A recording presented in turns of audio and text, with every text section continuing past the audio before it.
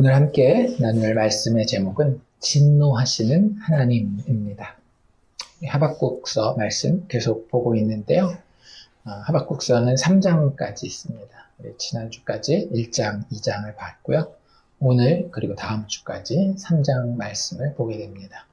간단하게 다시 한번 복습을 하면 하박국서는 다른 선지서들과는 다르게 백성을 향한 선지자의 외침이 아니라 선지자였던 하박국과 하나님 사이에 있었던 질문과 답변에 대한 그런 기록이라고 말씀을 드렸습니다. 질문 자체가 반항적으로 보이긴 하지만 그 본질적인 내용은 사실은 애가에 가깝다라고 말씀을 드렸고요. 그래서 1장과 2장에서는 하나님과 하박국 사이에 두 번에 걸친 대화가 나와 있었던 것을 보았습니다. 그래서 첫 번째 대화에서는 하나님, 이 유다 땅에 악인들과 의인들이 있는데 이 악인들이 더 번성하고 잘 되는 것이 어떻게 되는 겁니까? 라고 하나님께 하박국이 애통하면서 질문을 하게 되고요. 하나님의 답변은 걱정하지 마라. 내가 이 악한 나라를 심판할 것이다. 갈대아 사람들, 즉 바벨론을 들어서 유다 왕국을 심판할 것이다 라고 이야기를 합니다. 그리고 두 번째 질문과 답변에서는 하박국의 질문이 조금 더 범위를 넓혀서 그 유다를 치는 바벨론이 유다에 비해 더 악한 나라인데 하나님 어떻게 더 악한 바벨론을 들어서 그나마 상대적으로 의로운 유다를 칠 수 있습니까? 라고 물어보고 하나님은 그 질문에 대해서 걱정하지 마라. 모든 악은 내가 심판할 것이니 그 심판의 종말이 속히 이르러서 그 어떤 악인도 이 심판을 견디지 못하고 죽을 것이다 라고 이야기를 하셨습니다. 그래서 지난주에 본 것처럼 하나님이 특별히 어떤 사람들이 죄인인지 악인인지를 쭉 이야기했었던 것 기억나시죠? 그래서 여러 가지 모양들이 있었어요. 자기 소유가 아닌 것을 막 모으는 이런 어떤 경제적인 탐욕을 가진 사람들도 있었고, 더 나아가서 재앙을 피하기 위해서 높은 데 깃들이는 그런 사람들도 있었죠. 그래서 자기 중심이 되어서 자기 것 너무너무 챙기는 이런 사람들. 피로 성읍을 건설하는 사람들도 있었고요. 포악하게 다른 사람에게 함부로 하는 이런 사람들 있었고, 또 이웃에게 술을 마시게 하여서 그들의 하체를 드러내려고 하는 자신의 어떤 분노와 나쁘고 더러운 감정들과 행동들을 타인들을 향해서 막 쏟아내는 그런 죄인들의 모습도 하나님이 지적하셨고, 마지막에는 새긴 우상을 만드는 자들에 대해서도 하나님이 심판을 선포하셨습니다. 하나님이 물이 바다를 덮는 것 같이 그 어느 누구도 하나님의 심판이 절대 그냥 피해지는 것이 아니구나. 하나님 계시는구나를 알 수 있을 정도로 분명하게 하나님의 심판이 있을 것이니 하박국가 악한 바벨론을 그렇게 사용하는 것에 대해서 걱정하지 말아라 라고 이야기를 하셨습니다. 그리고 그 가운데에 하나님이 구원의 길도 말씀해 주셨죠. 의인은 그의 믿음으로 말미암아 살 것이다. 그리고 마지막 20절에서는 오직 여호와는 그 성전에 계신 제물을 받으시고 그 제물을 받으시는 가운데에 하나님의 연약한 백성들을 받아주시는 그 성전에 계시는 여호와에 대해서 온 땅은 그 앞에서 잠잠하여 그분을 묵상하고 그리고 그분을 사랑하여 믿는 가운데에 살 길이 있음을 하나님께서는 동시에 말씀하셨던 것을 우리가 기억합니다. 그리고서 오늘 우리가 읽는 3절이 시작되는데요. 마치 새 책을 시작하는 것 같아요. 우리 1장 1절이 어떻게 시작했었는지 혹시 기억하시나요? 1장 1절에 선지자 하박국이 묵시로 받은 경고라 이렇게 시작했는데 이렇게 책이 시작되는 것과 똑같은 방식으로 3장을 시작하고 있습니다. 어떻게 시작하고 있어요? 시기온옷에 맞춘 선지자 하박국의 기도라 라고 이렇게 시작을 합니다. 왜 이렇게 했을까요? 여러 가지 이유가 있겠지만 분위기가 너무 많이 바뀌었어요. 첫 번째, 하나님과 대화를 시작할 때에 하박국의 마음은 의심과 분노와 만족되지 않은 여러 가지 감정들이 그 안에 섞여 있었고, 하나님을 향해서 자신을 맡길 수 없는 그런 상황 가운데 있었습니다. 그런데 1장과 2장을 지나면서 하박국의 영혼의 상태가 바뀌었어요. 다음 주에 좀 더 자세히 보겠지만 하박국은 이제 하나님을 신뢰하는 의인의 자리에 서게 됩니다.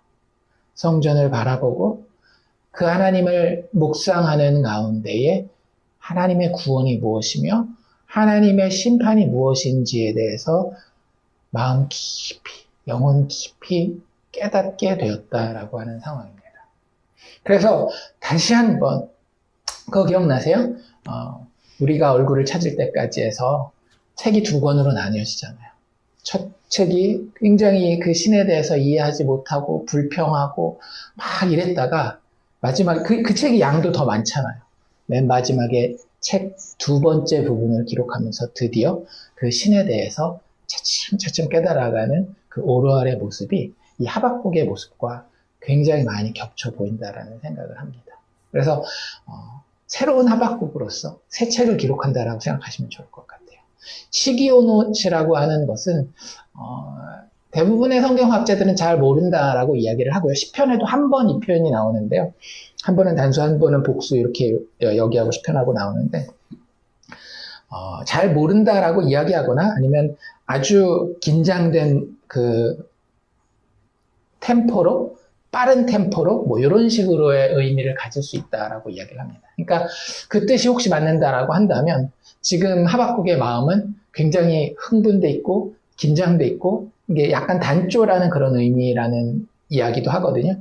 약간 비장하면서도 뭔가 기대가 있어서 막 달려가는 그런 느낌이라고 보시면 좋을 것 같아요. 그래서 실질적으로 이게 기도면서 맨 마지막에 이 3장 끝에 뭐라고 이야기를 하는가 하면 이 노래는 이라고 이야기를 합니다. 그래서 실제 시를 쓴 거예요. 기도이지만 하나님 앞에 시편처럼 기도의 노래를 써서 자기 스스로 고백하고 하나님 앞에 드리고 백성들과 함께 나누는 그런 모습이라고 보시면 좋을 것 같습니다. 그래서 이 시기오노시라고 하는 어떤 음악적인 단어인 것 같은데 그런 방식에 맞춘 선지자 하박국의 기도다라고 이야기를 합니다. 이게 지금 하박국의 기도인 거예요. 그러니까 우리가 기도를 어떻게 해야 될지 모를 때 이렇게 하박국에서 배울 수도 있다라고 하는 거죠. 한번 잘 깊게 읽어보십시오. 그 하박국의 기도가 2절부터 이제 본격적으로 시작되게 되는데요. 하나님의 경고에 대해서 지금 들었잖아요. 1장, 2장에 대해서. 그 하나님의 경고를 듣고 성령의 감동에 의해서 깨달은 하박국이 반응하는 그 믿음의 고백이 기도였다라고 하는 사실을 우리가 이 2절부터 나오는 그런 내용들을 쭉 보면서 같이 보기를 원합니다. 2절 이렇게 가죠. 여호와여 내가 주께 대한 소문을 듣고 놀랐나이다. 하나님에 대한 소문, 영어로는 뭐라고 되어 있는가 하면 the report about God 이렇게 되어 있습니다. 그래서 하나님에 대한 어떤 보고를 들었다라는 거예요. 뭘 이야기를 하는 걸까요? 한 2가지 정도로 정리해 볼 수 있으면 좋을 것 같아요. 하나는 1장부터 2장의 내용일 것이고요. 또 하나는 2장 마지막에 이야기했었던 그의 성전에 계신 여호와 하나님을 그 앞에서 잠잠히 묵상한 가운데 깨달은 하박국의 영적인 깨달음, 이 2가지가 함께 가는 것 같습니다. 실제 내용을 살펴보면 그래요. 그래서 주께 대한 소문을 간단하게 한마디로 요약하고 우리가 자세히 살펴본다라고 한다면 하나님의 위대한 심판의 행위에 대해서 하박국이 듣고 놀랐다라고 하는 거예요. 하나님의 위대한 심판. 그런데 그 심판에는 뭐도 포함되어 있는가 하면 사실은 그 심판이 있기 때문에 하나님의 위대한 구원도 포함되어 있는 겁니다. 그래서 하나님의 위대한 심판의 그리고 구원의 행위에 대해서 들었다라는 거죠. 그게 사실 우리에게 들려야 돼요. 정말로 우리가 믿음의 사람으로서 그리스도인으로서 바로 서는 데에 꼭 필요한 요소가 이것입니다. 하나님의 위대한 구원에 대해서 들어보셨습니까? 하나님의 위대한 심판에 대해서 들어보셨습니까? 내가 아무것도 하지 아니하고 할 수도 없지만 하나님이 모두 다 이루어 놓으신 하나님의 그 심판과 하나님의 그 구원에 대해서 들으셨습니까? 그게 내 마음 가운데 분명하게 아멘, 제가 듣고 제 마음으로 받았습니다라고 이야기하는 사람을 우리는 믿음의 사람, 그리스도인이라고 이야기하는 거예요. 그러니까 하박국이 그 믿음의 자리에 이르게 됐다라고 하는 거죠. 그리고 그 소문을 들었을 때에 하박국의 반응은 뭐였는가 하면 놀랐다라고 하는 거예요. 사실 그 대부분의 영어 성경은 두려워했다, afraid, fear 이런 단어를 씁니다. 그런데 거기서 조금만 더 생각해 볼까요? 영어 성경에서 이 fear라는 단어를 가장 중요하게 쓰는 표현이 어떤 표현이에요? Fear of the Lord. 여호와를 경외한다라고 하는 그 단어의 어근과 여기 지금 놀랐다라고 하는 이 단어의 어근이 똑같습니다. 그래서 정말로 하나님의 심판, 그 의로우시며 절대 부정할 수 없고 그리고 그 마지막에 정말로 자격 없고 가난한 자들을 구원해내시는 그 구원에 대해서 듣고 깨닫고 안 자들은 여호와를 뭐 할 수밖에 없는 거예요? 경외할 수밖에 없는 거예요. 하나님을 절대 함부로 대할 수도 없지만 동시에 이 경외함은 이 하나님에 대해서 애착을 갖는 겁니다. 사랑하는 마음을 갖는 거예요. 그런 마음이 하박국 속에서 불일 듯이 일어나고 있는 겁니다. 그러니까 이 두려워하고 놀랐다라고 하는 것이 그냥 하나님 너무 무섭다. 어떻게 저렇게까지 심판하지? 바벨론이고 뭐고 이거 뭐 진짜 국물도 없구나. 큰일 났다. 그 앞에서 뭐 조금이라도 하면 큰일 나겠구나. 이런 종류의 두려움이 아니라고 하는 거예요.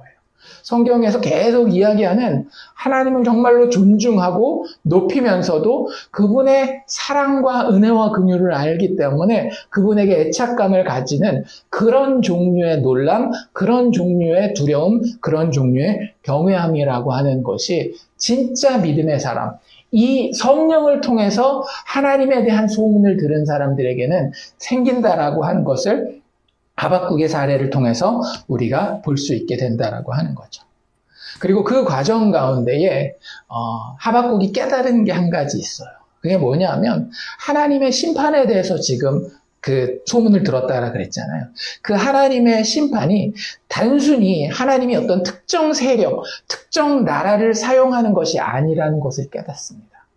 하나님의 심판이라고 하는 것은 하나님 자신이 그분의 의와 그분의 영광으로 현현하기 때문에 그거에 대한 부수적인 효과로 일어나는 일이라고 하는 거예요. 무슨 일인지 아시겠어요? 그냥 하나님이 저기 나쁜 일이 있으니까 내가 거기다가 나의 어떤 그 도구를 보내서 그 문제를 해결해야 되겠어. 그런 게 아니라 하나님의 심판이라고 하는 것은 하박국이 깨달은 그림이 뭔가 하면 2장 그리고 오늘 볼 3장에서 하박국이 깨달은 게 뭐냐면 하나님 스스로가 그냥 그 자리에 임하는 거예요. 어떤 목적을 가지고 뭔가 일을 성취하기 위해서 하나님이 하는 게 아니라 하나님은 그러실 필요도 없는 분이에요. 얼마나 위대하고 영광스럽고 크신 분인가 하면 그냥 하나님이 움직여서 그 자리에 임재하기만 하면 그 심판은 자동적으로 따라온다라고 하는 거죠. 그러니까 우리가 생각할 때 우리가 하나님의 심판을 피해서 하나님의 좋은 것만, 축복만 받는 그런 삶을 살고 천국에 간다라고 생각하는 것은 절대적으로 잘못된 거죠. 하나님의 위대하심을 깨닫지 못하는 거예요. 하나님의 위대한 심판이 뭔지를 전혀 개념도 알지 못한다라고 하는 거죠. 그리고 거기에서 따라오게 되는 하나님의 위대한 구원에 대해서는 근처도 갈 수 없는 거예요. 하나님 그 자체가 어떤 자리에 임할 때에 그 누구도 그것을 감히 감당할 수 없는 놀라운 영광과 위엄이 하나님과 함께 임한다라고 하는 거죠. 그게 하박국이 하나님에 대하여 들었던 소문이라고 하는 거예요. 단순하게 자 이제부터 처벌 시작한다. 내가 누구 보낼 테니까 가서 곤장 몇 대 때려. 그 정도가 아니라 하나님이 직접 임하시는데 이 임하심을 그 누구도 감당할 수 없는 거예요. 우리 봤잖아요. 요런 사람들이 벌 받는 거야 라고 봤지만 자세히 살펴보면 볼수록 그 누구도 그 조건에서 벗어날 수가 없었잖아요. 예수님식으로 이야기를 한다라면 다른 사람을 미워하는 것만으로도 살인죄를 짓는 것인데 어떻게 그 하나님의 심판 앞에, 그 심판을 주관하시는 하나님의 존전 앞에 피할 수 있는 자가 있겠어요? 그 하나님에 대한 소문을 들었던 겁니다. 그런데 그 소문에 무슨 이야기가 들어있었더라고요? 의인은 믿음으로 살 것이다 라고 하는 그 소문, 이야기가 같이 소문에 포함되어 있었다라고 하는 거죠. 어떻게 그 의인이 믿음으로 구원받아요? 성전에 계시는 여호와를 바라보고 내가 아무것도 한 것 없지만 하나님이 준비하신 제물을 들고 나아가서 드리는 그 죄인은 하나님이 그 흠없는 제물 때문에, 그 흠없는 제물의 희생 때문에 그들의 죄를 전혀 보지 아니하고 그들의 자리를 불쌍히 여기셔서 그들을 부유하게 하시고 그들을 아픈 곳에서 회복하시고 그들의 망가진 모든 것들을 완전하게 하시겠다라고 하는 그 하나님에 대한 묵상이 주에 대한 소문에 들어있었던 겁니다. 그렇기 때문에 그 소문을 듣고 두려워했지만 그 다음 이야기를 계속 이어갈 수 있었던 거예요. 뭐라고 이야기하고 있습니까? 여호와여, 주는 주의 이 일을 이 수년 내에 부응케 하소서. 이 수년 내에 반드시 나타내시옵소서라고 이야기할 수 있는 거예요. 제가 다시 한번 말씀드리지만 이게 그냥 단순한 하나님 무섭다, 내가 까딱 잘못했다가는 큰 코 다치겠다 이런 두려움이라고 했다라고 한다면 뭐라고 이야기하는 게 맞는 거예요? 여호와여, 히스기야가 이야기했었던 거 혹시 기억나세요? 히스기야가 자신의 모든 창고를 바벨론 사람들에게 보여줬을 때에 하나님의 선지자 이사야가 와서 너 그렇게 됐으니 이 모든 것을 다 뺏기고 네 자손들도 포로로 잡혀가리라 했을 때 제때 안 됐으니까 그나마 다행이네요. 그런 얘기 했었던 거 기억나잖아요.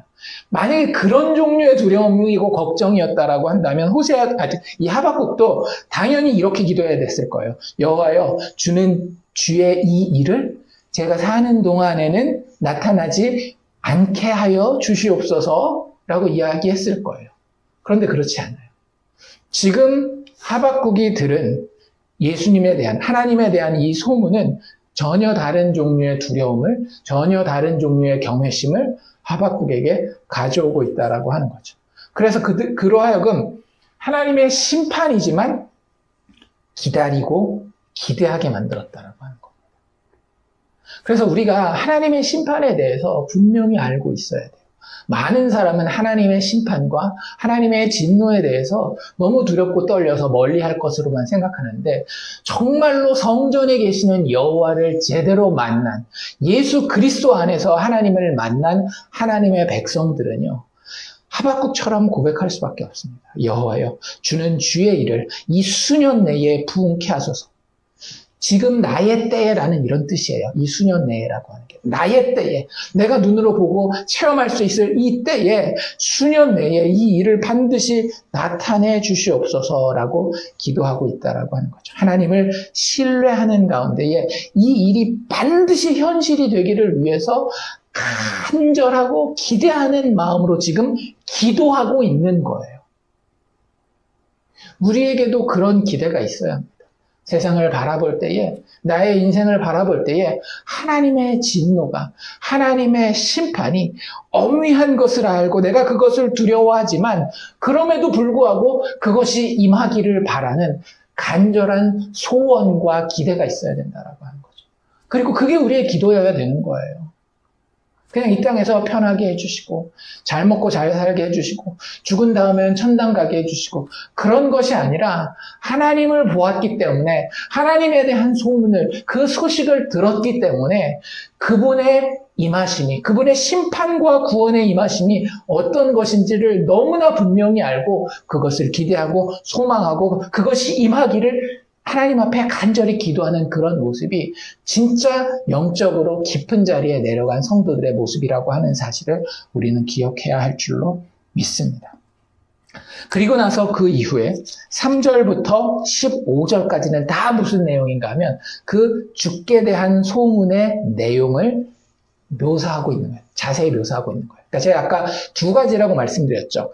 하나님에 대해서 들은 소문이 뭐냐? 첫 번째는 1장에서 2장까지 하나님이 이야기하셨던 그 심판의 내용이면서 동시에 그 심판이 하나님의 구속사 가운데 아직까지 예수님이 오시진 않았지만 구약 시작부터 지금 하박국의 역사 이때까지 하나님이 어떻게 하나님의 구속사를 이끌고 오셨으며 그 가운데에 하나님의 진노를 베풀어 심판하셨는지를 깨달았다라고 하는 그 이야기가 하박국이 표현하고 있는 하나님에 대한 소문이라고 하는 겁니다.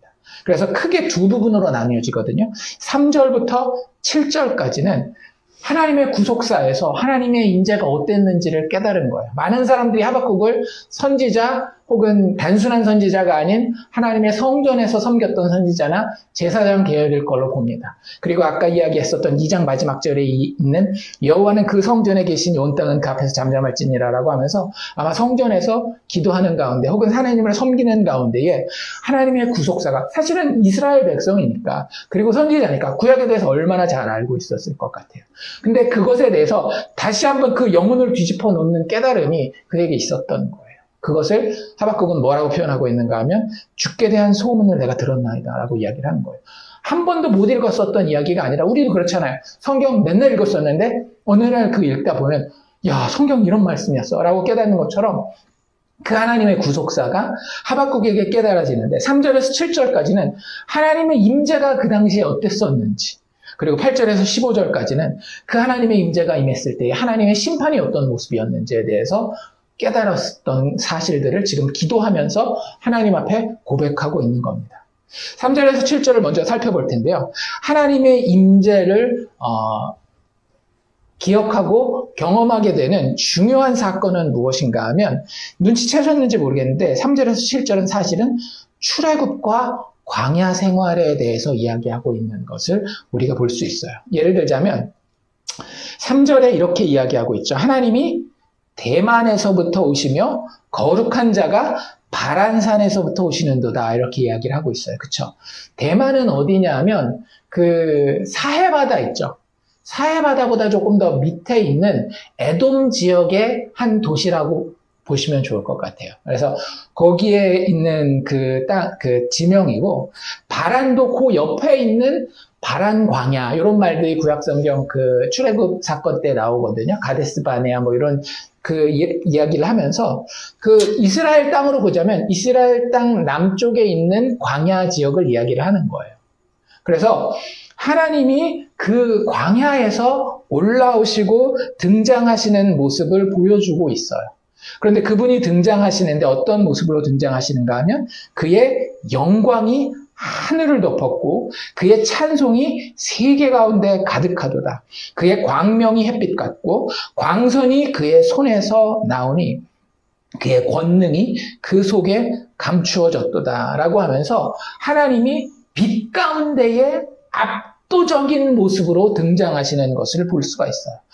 마치 어떤 모습을 연상시키는가 하면 그 광야 생활, 출애굽하고 광야 생활하는 이스라엘 백성들에게 시내산에서 영광 중에 임재하시는 하나님의 모습을 지금 암시적으로 보여주고 있다라고 하는 거죠. 그래서 그 모습을 표현할 때 쓰는 단어들이 어떤 단어예요? 그의 영광, 그의 찬송, 그에게서 나오는 광명과 광선, 그리고 거기에 더해진 권능에 대해서 이야기를 하고 있는 겁니다. 그때도 어땠어요? 이스라엘 백성들이 시내산에 오라라고 초대를 받았음에도 불구하고 어때요? 너무나 그 영광이 커서 그 권능에 압도되어서 우리가 갈 수 없겠습니다라고 모세에게 이야기하잖아요. 그 모습에 대해서 지금 이야기하고 있는 겁니다. 지금 하박국도 똑같은 압도감을 느끼고 있는 거예요. 하나님의 심판 앞에, 하나님의 그 존재 앞에 도저히 내가 얼굴을 들 수도 없을 만큼 큰 위압감을 느끼고 있는 겁니다.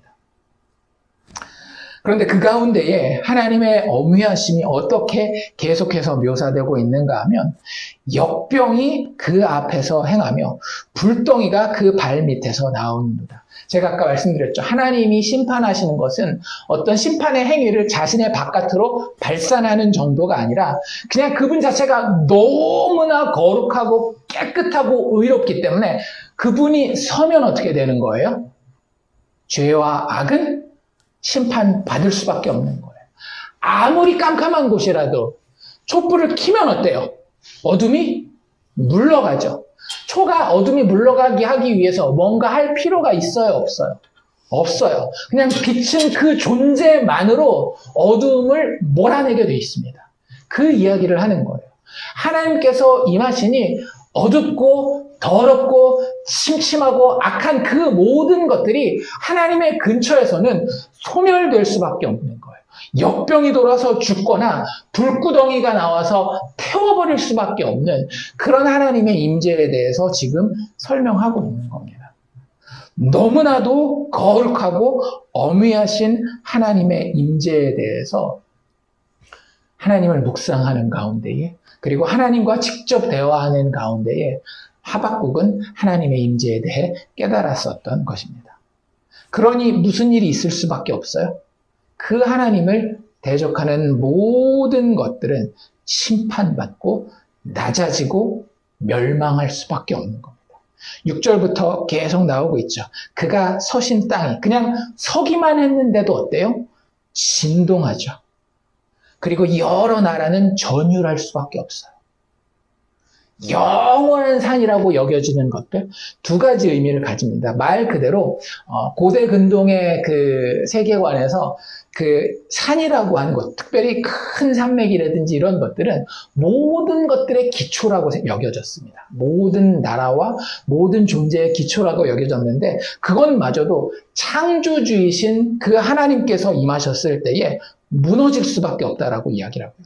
무궁할 것처럼 보였던 그 작은 산들은 엎드러져서 항복하는 거죠. 그들의 어떤 권세와 권위를 드러낼 수 없다라고 이야기하고 그것이 하나님이 예전부터 사실은 계속 행해왔던 거라고 하는 거예요. 이 산들은 사실은 눈에 보이는 자연을 이야기하기도 하지만 역사 가운데 드러났었던 위대한 세력들을 이야기한다라고 대부분이 그 신학자들이 설교가들이 이야기를 합니다. 아무리 영원할 것처럼 보였던 제국들도 어때요? 다 무너졌습니다. 아무리 그 잘 나가는 것처럼 보이는 지금의 위대한 세력들도 전부 다 하나님 앞에서는 엎드러지고 사라질 수밖에 없다라고 하는 것이 하나님이 예전부터 지금까지 계속해서 하나님 백성들뿐만 아니라 모든 역사 가운데 선포하셨던 자기 증언이라고 하는 거예요. 뭐 영국 같은 경우 요즘 그런 얘기를 해요. 해가 지지 않는 나라가 영국이었잖아요. 근데 이제는 그 나라 앞에서 꼼짝 못했었던 나라들이 대놓고 이 영국의 왕실에 손해배상 청구하고 그래요. 당신들 잘못했으니까 손해배상해야지. 어디 감히 영국한테. 아무리 제국주의가 사라졌어도 아직도 금융권을 쥐고 있고 외교권이 있고 해가지고 영국 국기를 달고 있는 나라들만 해도 몇 군데나 되잖아요.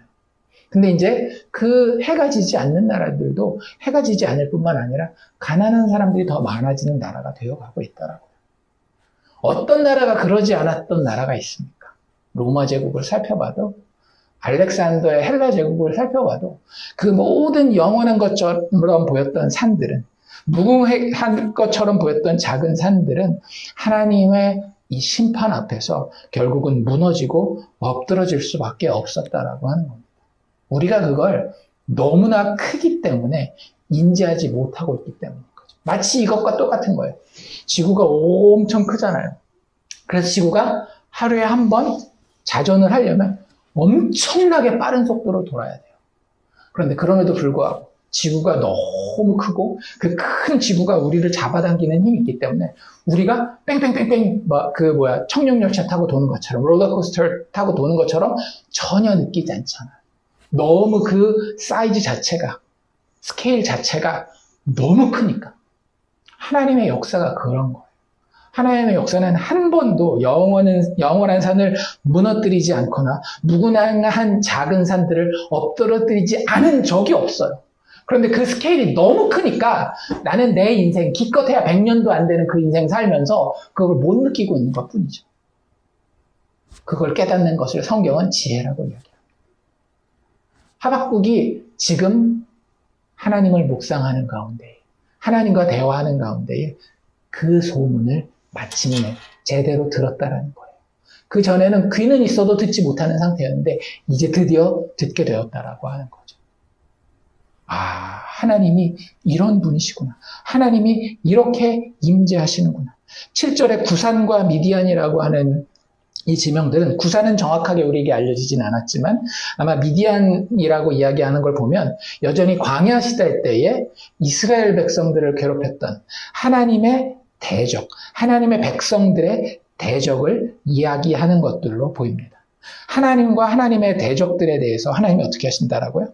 그들에게 환란을 주며 그들의 휘장 자체를 흔들어 버리시겠다라고 하는 것이 하나님의 임재의 속성이라고 하는 거예요. 하나님이 임하시고 하나님에게 속해 있는 자들이 있어요. 그러면 그들을 대적하는 자들은 다 어떻게 되는 거예요? 환란을 당하고 그들의 휘장, 삶의 근거 자체가 흔들릴 수밖에 없다라고 하는 것이 하나님의 임재의 속성이라고 하는 겁니다. 하박국이 그 모습을 볼 때에 두려워하지 않을 수가 없었던 거죠. 뒤에 8절부터 15절까지는 거기에서 연결되는 또 다른 구속사의 굉장히 중요한 사건을 우리에게 상기시킵니다. 광야 생활이 끝나고 그 다음에 어떤 일이 벌어져요? 드디어 가나안 입성을 하게 되죠. 그리고 그 땅들을 하나님의 도우심 가운데 정복하게 됩니다. 그 이야기들이 8절부터 15절 사이에 계속해서 묘사되며 임재하신 그 하나님의 심판이 어떤 것인지, 어떻게 하나님의 대적들을 정복하고 멸망시키는지를 보여주는 이야기가 여기에 짧게 묘사되어 있는 거예요. 쉽게 얘기하자면 우리가 봤던 여호수아의 이야기가 여기 아주 함축적으로 짧게 시적으로 묘사되어 있는 겁니다. 그래서 하나님을 뭐로 표현하고 있는가 하면 강한 용사로서의 여호와로 표현하고 있어요. 말을 타고 구원의 병거를 모는 모습. 사실 어떤 모습이었어요? 원래 이전에는 이집트 왕의 모습이었습니다. 그렇죠? 그렇게 쫓아서 하나님의 백성을 대적하려고 했을 때 하나님이 그 세상의 강한 용사를 물리치시고 잠재우셨을 뿐만 아니라 하나님 스스로가 니들이 아닌 내가 진짜 강한 용사다라고 하는 모습을 이 가나안 정복 전쟁 가운데에, 가나안 입성 가운데에 보여주고 계시다라고 하는 거죠. 실제 묘사가 그렇잖아요. 8절에 뭐라고 되어 있어요? 여호와여, 주께서 말을 타시며 구원의 병거를 모시오니. 강한 용사로서의 여호와의 모습이 지금 계속해서 보여지고 있습니다. 그리고 그 강한 용사는 대적 앞에 엄중한 심판을 내릴 거예요. 그 심판이 정말로 심해서 한마디로 요약하면 그 심판의 감정을 진노라고 표현할 수 있습니다. 실제 그래요. 8절에 보면 뭐라고 되어 있는가 하면 3번이나 이 진노와 관련된 표현이 나오죠. 분이 여기셨다, 노여워하셨다, 성내셨다. 12절에도 나와 있습니다. 2번이나 나오는데요. 주께서 노를 바라셨고 분을 내셨다라고 이야기해요. 어때요?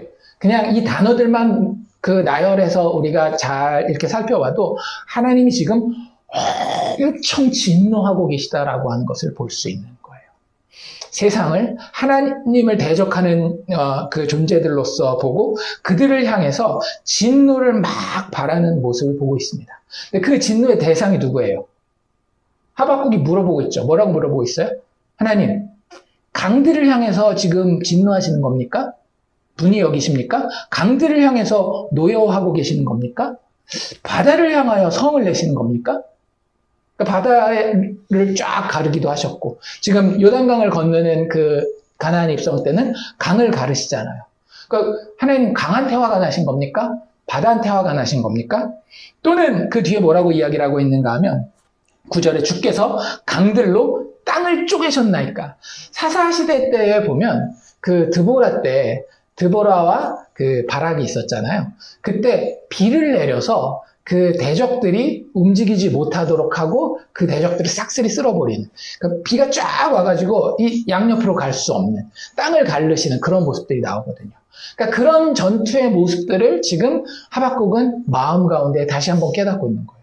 아, 하나님의 진노가 그때도 있었구나. 지금 이 시대뿐만 아니라 하나님의 진노는 항상 있었는데 그 모습이 강들을 가르시고 바다를 가르시고 땅을 가르시는 모습이었다라고 하는 거죠.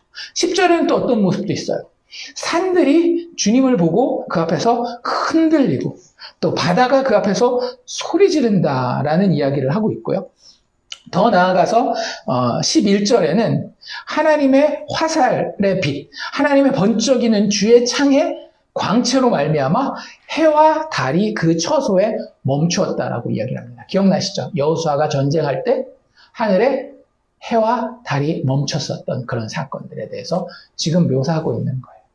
그런데 질문은 이거였잖아요. 하나님, 지금 그 해랑 달이랑 바다와 강들한테 화가 나신 겁니까? 아니죠. 하나님이 이렇게 분노한 것들은 이들이 자연적인 역할을 하지 못하게 할 정도로 누구에게 진노하고 계시는가 하면 여러 나라와 악인들에게 진노하고 계시다라고 하는 거예요. 실제 이 하나님의 진노의 본질에 대해서 이야기하는 게 13절이거든요. 13절에 뭐라고 되어 있어요? 악인의 집에 머리를 치시며 그 기초를 바닥까지 드러내셨다라고 이야기를 하고 있어요. 하나님이 심판하시는 것은 악인이라고 하는 거예요. 그래서 그 악인의 집이 절대 서지 못하도록 그의 머리를 치고 그 기초를 바닥까지 드러내셨다라고 이야기를 합니다. 12절에도 이야기를 하는데요. 땅을 두르셨을 뿐만 아니라 분을 내어 여러 나라들을 밟아버리신다라고 이야기를 하잖아요.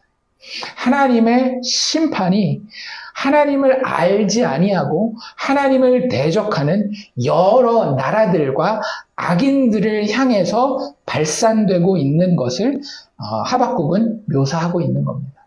그것이 마치 어느 때의 이야기처럼 여호수아 때의 이야기처럼. 그러니까 사실 하나님은 이러한 심판에 대해서 이미 이야기하시고 그림자로서 역사 가운데 실제로 보여주셨다라고 하는 거예요. 그걸 우리는 인지하지 못하고 평안하다, 평안하다, 평안하다 스스로에게 거짓 선지자가 되어서 우리의 일상의 삶을 살아가고 있는 거죠. 하나님의 이 진노는 어떤 악인도 피해 갈 수가 없다라고 하는 겁니다. 그리고 오히려 하나님의 대적들인 세상 나라의 악인들이 원하는 것은 무엇인가 하면 주의 백성들과 주의 기름 부음 받은 자, 한 단어로 뭐예요? 메시아를 흩어버리고 하나님 앞에서 가난한 심령을 가진 자들 다 삼키기를 원하고 있다라고 하는 거예요. 하나님은 그런 존재들에 대해서 절대 가만히 있을 수 있어요? 없어요? 없어요. 하나님께서는 그들을 향하여 너무너무나 화를 내십니다. 진짜 화가 나보신 적 있나요? 누군가가 나에게 부당하게 대했어요. 아니면 세상에서 어떻게 이런 일이 일어날 수 있지라고 하는 사건을 봤어요. 근데 그거에 100배, 1000배, 10,000배, 그보다 훨씬 더 셀 수 없을 만큼 큰 진노를 하나님은 누구를 향해서 가지고 있는가 하면 주의 백성, 주의 메시아를 흩어버리고 하나님 앞에 가난한 심령을 가진 자들을 삼키려고 하는 세상 나라의 악인을 향해서 하나님 가지고 계시다라고 하는 거죠. 그래서 하나님은 어떻게 대응하신대요? 13절에 보니까 주께서 주의 백성을 구원하시려고 그 기름 부음 받은 자를 구원하시려고 진노로 그 땅을 밟고 악인의 집에 머리를 치고 그 기초를 드러낸다라고 하는 거예요. 절대 진짜 흔적도 남기지 않겠다라고 하시는 거죠. 그러니까 우리 자꾸 엉뚱한 관점에서 성경을 봐요. 여호수아서 볼 때 항상 무슨 생각해요? 헤렘이라고 하는 하나님의 거룩한 전쟁의 도덕성에 대해서 우리 한번 얘기해 봅시다. 그 여리고성을 쳐들어가서 모든 생명체를 죽이고 여자와 아이까지 죽이는 게 맞습니까? 틀립니까? 우리 그런 정도의 생각밖에 생각하지 못해요. 많은 경우에. 똑똑하다라고 하면서. 근데 하나님이 그 일을 하신 이유가 있다니까요. 하나님의 대적들, 즉 세상 나라의 악인들이 하나님 앞에서 어떤 진노의 대상이며 하나님이 그들을 어떻게 심판하시는지를 보여주기 위해서 그 모든 하나님에 대한 소문들이 기록되었었던 거예요. 그거 가지고 이게 도덕적으로 맞네, 틀리네, 하나님이 사실은 그때 이렇게 했어야 됐네, 저렇게 했어야 됐네, 우리 보고 감나라 배나라 훈수기 위해서 그게 기록된 것이 아니라 하나님의 진노가 하나님을 대적하며 하나님의 백성들을 흩어버리기 원하는 하나님의 메시아를 정말로 삼키려고 하는 그 세력들에게 어떻게 작동하는지를 정말로 엄중하게 보여주기 위한 거라는 거예요. 그럼 그 본문 보고 어떻게 해야 되는 거예요, 우리는? 하박국처럼 두려워하고 여호와를 경외하는 게 맞는 거예요. 그걸 내가 심판자가 돼가지고 맞네 틀리네 따지고 있는 게 아니라 하박국이 그 자리에 내려간 겁니다. 드디어 우리에게도 이런 영적인 각성이 있기를 원합니다.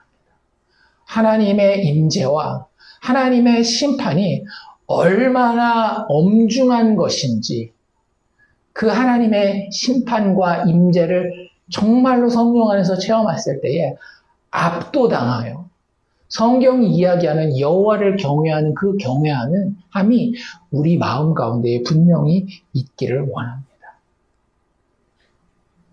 하나님은 그것으로 하나님의 나라를 정의롭고 영광스러우며 아름답게 만드시겠다라고 하는 거예요.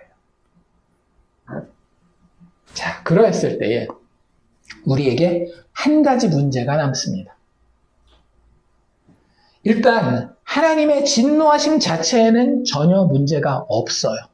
왜냐하면 그건 정당한 것이기 때문에. 그리고 사실 인간들에게도 도움이 돼요. 심지어는 일반 은총의 측면에서도. 예를 들자면 이런 거죠. 여러분들은 어떤 이상적인 삶을 꿈꾸십니까? 이런 거 꿈꾸지 않으세요?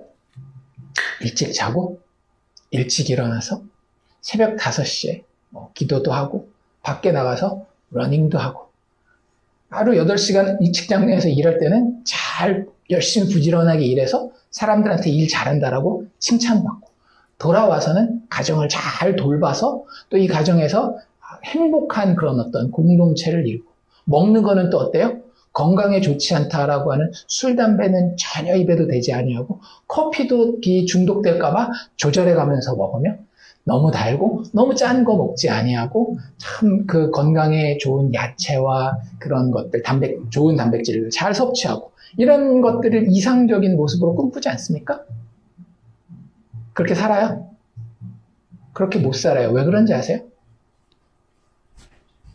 진노하여 심판하는 존재가 내 눈앞에 보이지 않기 때문에요. 내가 설탕을 과도하게 섭취했어요. 근데 그 다음날 당뇨가 걸려요. 그러면 누가 이 세상에 도대체 몇 명이나 설탕을 과도하게 섭취하겠습니까? 잘 생각해 보세요. 우리 몸에 좋지 않다라는 거 꽤나 많이 있습니다. 그런데 어떤 것들은 우리에게 즉각적인 심판을 가져다 주는 것들이 있고 그렇지 않은 것들이 있어요. 예를 들어서 독극물 있잖아요. 독극물을 그냥 맛있게 가공할 수 있을 거 아니에요. 어떻게 잘하면 향기도 참 좋게. 그럼 그거 먹는 사람 있을까요? 없을까요? 없어요. 왜냐하면 먹고 죽는 걸 봤거든. 그걸 알고 있거든요. 그게 심판이 실체인 거예요. 그 체험한 거예요. 간접적으로라도. 영적인 체험이 있을 때는 안 하게 됩니다. 근데 그 체험이 있어요? 없어요? 없어요. 그러니까 서서히 죽이는 것에 대해서는 얼마든지 섭취하고 얼마든지 행하게 되죠.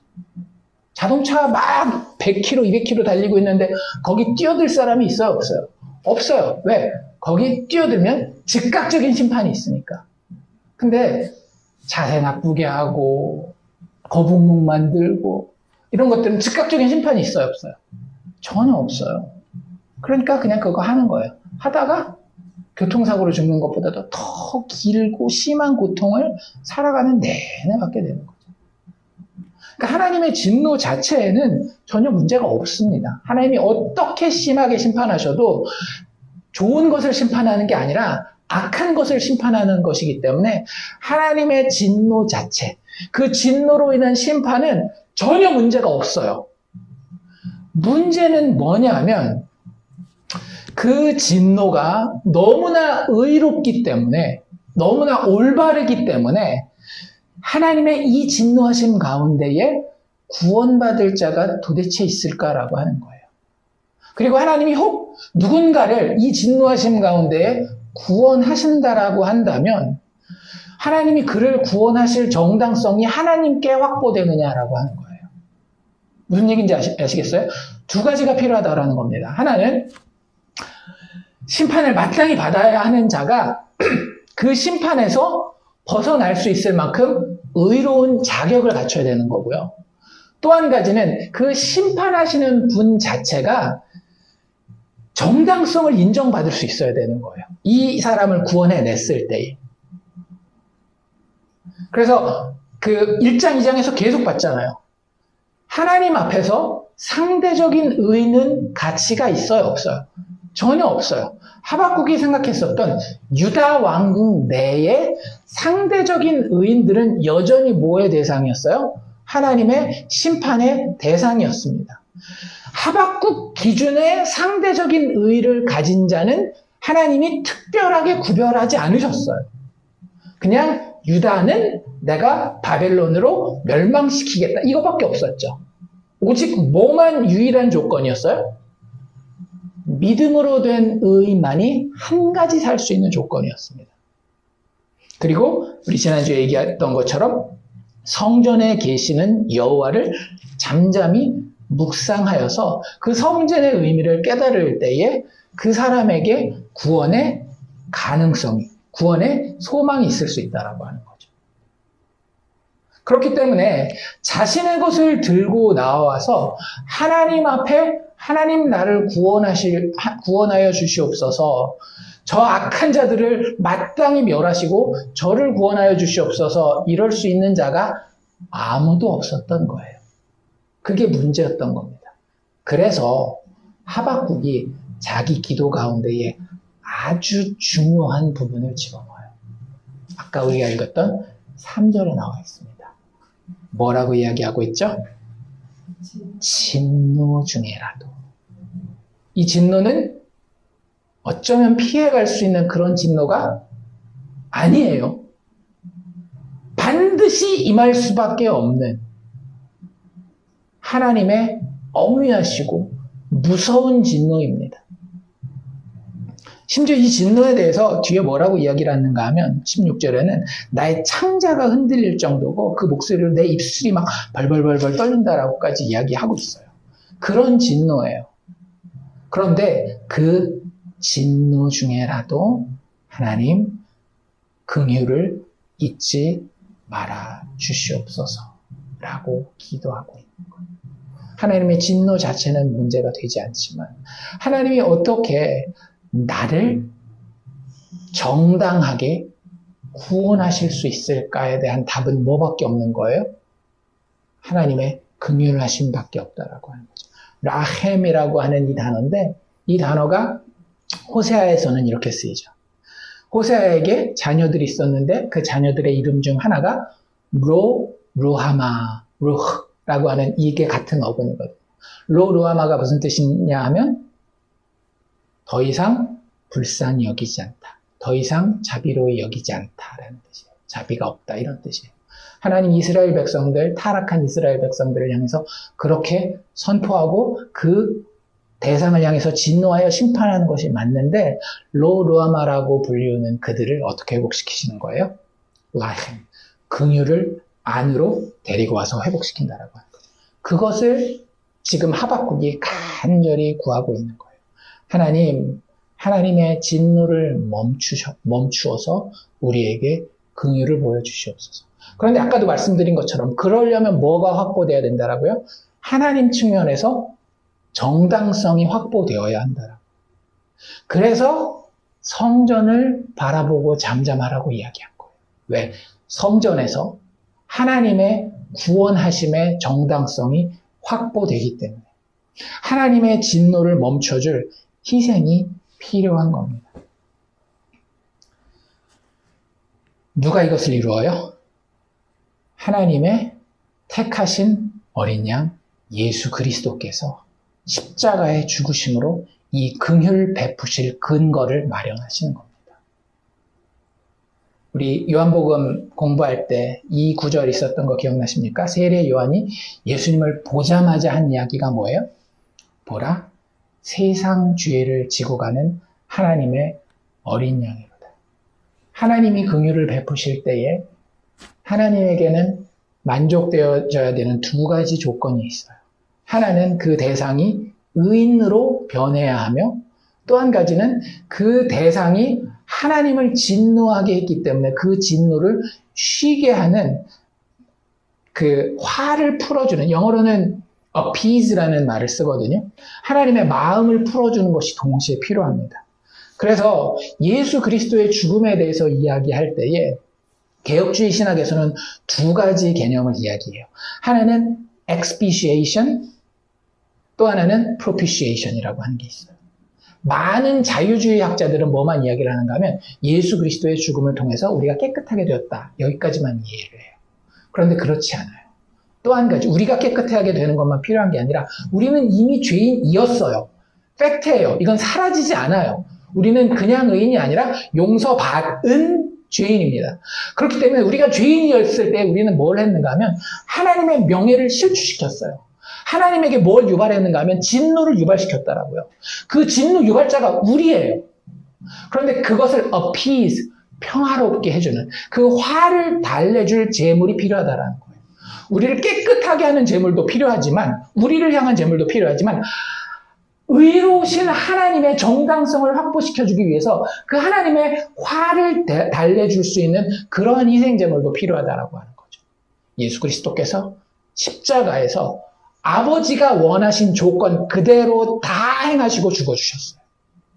나는 죄인에게 이것을 요구한다 라고 이야기했을 때에 예수께서 처음부터 끝까지, 구약 처음부터 구약 마지막까지를 본인의 공생애를 통해서 다 순종으로 완성하시고 죽기까지 이르셔서 아버지의 모든 정당한 요구를 만족시키셨습니다.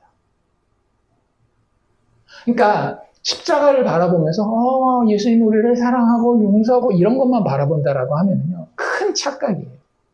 왜냐하면 거기에는 뭐가 있는가 하면 하나님의 진노에 대한 만족이 있기 때문에 예수께서 십자가의 죽으심으로 하나님의 이 진노하심을 잠재워 주셨습니다. 그것을 하박국은 아직 자신의 눈으로 보지 못했지만 성령의 감동하심 가운데에 예언자로서 고백하고 있는 거예요. 하나님의 진노 중에라도 당신의 긍휼을 기억하여 주시옵소서. 그게 가능한 이유는 뭐라고요? 성전에서 드려진 하나님의 어린 양 때문에. 예수께서 십자가에서 죽으심으로 우리의 죄를 깨끗하게 씻으셨을 뿐만 아니라 마땅히 지켜져야 하는 하나님의 명예와 영광도 이 피를 흘리심으로 다 만족시키셨다라고 하는 거예요. 그게 하박국이 정말로 원했었던 기도의 방향성이라고 하는 겁니다. 하나님, 당신의 진노가 정당하십니다. 하지만 그 진노 앞에 살아날 자가 어디 있겠습니까? 나는 당신의 긍휼이 필요하오니 그 긍휼을 베풀어 주시옵소서라는 그 고백 가운데에 하나님의 희생을, 하나님의 피 흘리심을 소망하고 기대하고 있었다라고 하는 거죠. 그래서 사실 여기 되게 그 어떤 메시아를 바라보는 그런 표현들이 그림자지만 희미하게 잘 나와 있는 것들이 있어요. 아까 읽었었던 표현 중에 13절에 기름 부음 받은 자라는 표현이 있었잖아요. 그렇죠? 그 표현이 뭐라고요? 메시아라고요. anointed. 메시아라는 뜻인데 이 기름 부음 받은 자에 대해서 세상은 계속 어떤 일을 하고 있어요? 뒤에 보면 흩어버리려고 하고 그를 삼켜버리려고 한단 말이에요. 그때 하나님이 이 기름 부음 받은 자와 함께 하시는 일이 뭐예요? 정확하게 악인의 집에 머리를 치신다라고 하잖아요. 기억나세요? 그 창세기 3장 15절에 나와 있는 그 원시복음에 나와 있는 여인의 후손이 뱀의 후손의 머리를 밟는 그런 장면에 대해서 하나님이 하나님의 기름 부음 받은 자인 예수께서 희생제물이 되어 죽어주시는 모습, 그리고 그것을 귀하게 여기셔서 그 죽음을 통하여서 원수의 머리를 치시는 모습을 여기 그대로 그려놓고 있는 거예요. 그리고 그것이 근거가 되어서 하나님의 긍휼이 주인들에게 가능하게 된 것이고요. 그리고 이제는 예수를 믿는 믿음 안에서 여기서 사는 유일한 방법이 뭐라 그랬어요? 하박국 내내 의는 믿음으로 말미암아. 근데 누굴 믿는 거예요? 이 예수를, 이 기름 부음 받은 자를, 이 피 흘려 죽은 이 예수를 믿는 믿음으로 말미암아 의인이 되게 되면 우리에게 일어나는 일이 뭡니까? 성령이 임하고 성령 안에서 예수와 우리가 하나가 되는 union with Christ, 예수와 연합되는 그것을 통해서 우리가 뭐가 되는 거예요? 비로소 참 하나님의 백성이요, 참 기름 부음 받은 자가 되는 겁니다. 그러니까 조심해서 들으시긴 해야 되는데, 우리가 메시아가 된다 이런 표현상으로는 가능한데 어쨌든 뭐 기름 부음 받은 자가 되는 거예요. 왜? 우리가 뭐가 되기 때문에, 예수와 하나가 되었기 때문에. 그래서 하나님이 여기 주의 백성을 구원하시고 기름 부음 받은 자를 구원하시며 그 흩어버리려고 하는 가난한 자들을 하나님이 전사의 창을 들어 그들을 무찌르는 그 구원하심의 대상의 1차적인 대상은 사실 누구냐면 예수를 이야기를 하는 거예요. 그런데 그 예수가 우리와 하나됨으로 우리도 이 예언에 동참하게 되는 거죠. 하나님이 하나님의 유일한 참 이스라엘은 한 명밖에 안 남잖아요. 구약 역사를 보면 이스라엘이 다 실패해서 궁극적으로 참 이스라엘은 한 명으로 줄어듭니다. 그게 예수였거든요. 그 예수를 구원하시고 그 기름 부은 자 메시아를 구원하시려고 악인의 집은 사단의 세력에 머리를 치시고 그 기초를 바닥까지 드러내실 뿐만 아니라 그 메시아를 흩으려 하며 가만히 일어나서 세상에 가장 가난한 심령이었었던 그분을 삼키기 즐거워하는 자들에 대해서, 악한 영의 세력에 대해서 하나님께서는 그들의 전사의 머리를, 그들의 창을 오히려 사용하여서 찔러서 멸해버리겠다라고 하는 거예요. 그리고 그 승자의 자리에 아들을 세우시고 아들과 하나 된 이제 참 주의 백성 되고 참 주의 기름 부음 받은 자가 된 믿음으로 된 의인들에게 같은 특권을 주시겠다라고 하는 거죠. 같은 구원을 허락하시겠다라고 하는 거죠. 그리고 그 모습이 15절에 보면 말을 타고 바다, 곧 큰 물에 파도를 밟는 모습으로 마지막에 묘사됩니다. 이게 하나님의 모습일 뿐만 아니라 하나님의 기름 부음 받은 메시아의 모습이고요. 결국에 이 모습은 어디에 나오는가 하면 요한계시록 19장에 가보면 백마를 탄 위엄 있는 하나님의 마지막 그 보내시는 그 군사의 대장, 즉 예수님을 얘기를 하는 거죠. 예수님의 모습을 통해서도 보여집니다. 그리고 중간중간에 우리가 요한복음에서도 봤지만 물 위를 밟고 서 있는 예수님의 모습이죠. 거기서도 등장하고 있는 거예요.